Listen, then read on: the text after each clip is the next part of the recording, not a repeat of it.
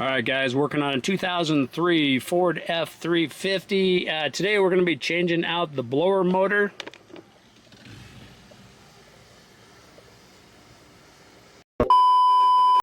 And this is the blower motor that we picked up from our friends at CarQuest Advanced Auto. 76900. This is about $98. And it has a... this is your pigtail right here. So we're going to go ahead and start getting into this, and we're going to pull out the old one. All right, so the blower actually has three bolts, and those things are 5/16. There's one here, there's going to be one right here, and then there will be one way down here. You have one electrical connector, and then your vent tube over here. So this actually just connects. You pull this off here. It's just a rubber sleeve that goes around, and then this thing just pulls right off. I'll show you that in just a minute. All right, so now your electrical connector, if you look here, it'll plug right into your motor. On the other style, the newer models and stuff like that, you'll have a pigtail that actually is already installed into the motor itself, and then you're going to just hook directly into this. All right, so at this time, let's go ahead and take off your electrical connector. Being that it's extremely old, 25 years, this is going to be quite brittle, so be very careful when you're taking this off. And then you're just going to pull a little bit out and then push back on it. All right, so here's what your electrical connector is going to look like. And if you do break this, don't fear, because you can buy a new pigtail. They do come, you can on Amazon and eBay, you can get a new pigtail. So then all you have to do is just clip it and then reconnect it.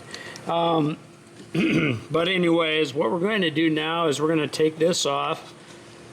So let's go ahead and pull that down, pull that completely off there, and then this whole piece excuse me, feeds down inside of here. Like I said, all it's doing is just venting, and just pops in here. So let's go ahead and just remove that.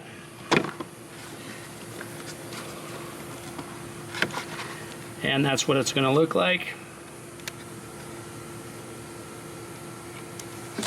All right, so let's go ahead now and remove the 5/16 bolts that are here. There's three of them. Go ahead and remove those, and then we should be able to just slide this dude straight out.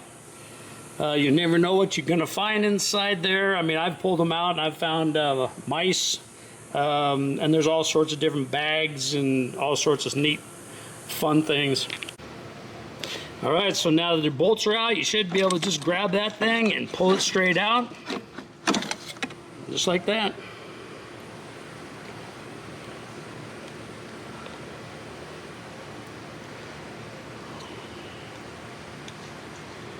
All right, so what I'm going to do is I'm going to use this gasket that was on the old one, and a lot of times these things are just torn up.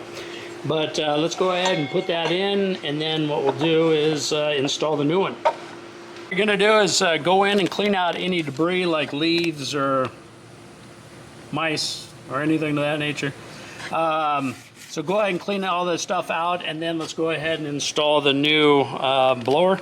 So when you're putting your seal back in, they actually have, there's guide pins. There's one right here and one right down here at the bottom. So there's two. And then what it's doing is lining up your holes here for your bolts. So before you install your blower, go ahead and install your seal first, then install the blower. All right, so then we're just going to go ahead and slide this in place.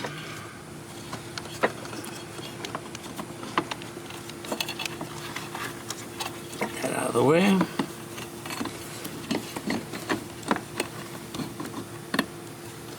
All right, so then after you slide your blower in, you just, you know, again, here's your, these are your alignment pins or guide pins.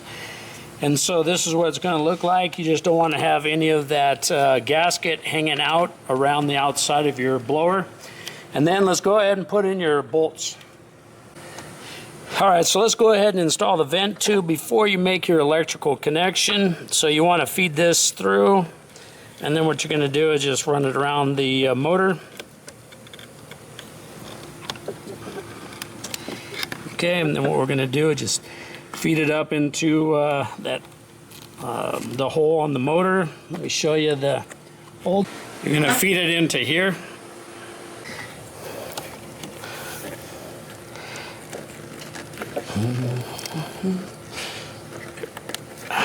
Okay, there you go. All right, so now we're going to go ahead and make this electrical connection. If you'd like to put dielectric grease on this, go ahead. It does make a little bit better of electrical connection. And then you're just going to take and pop it in place. Just like that. So what we're going to do is just, I put the wires down below so it kind of hides those wires, and then the last thing that you need to do is check to make sure that it works.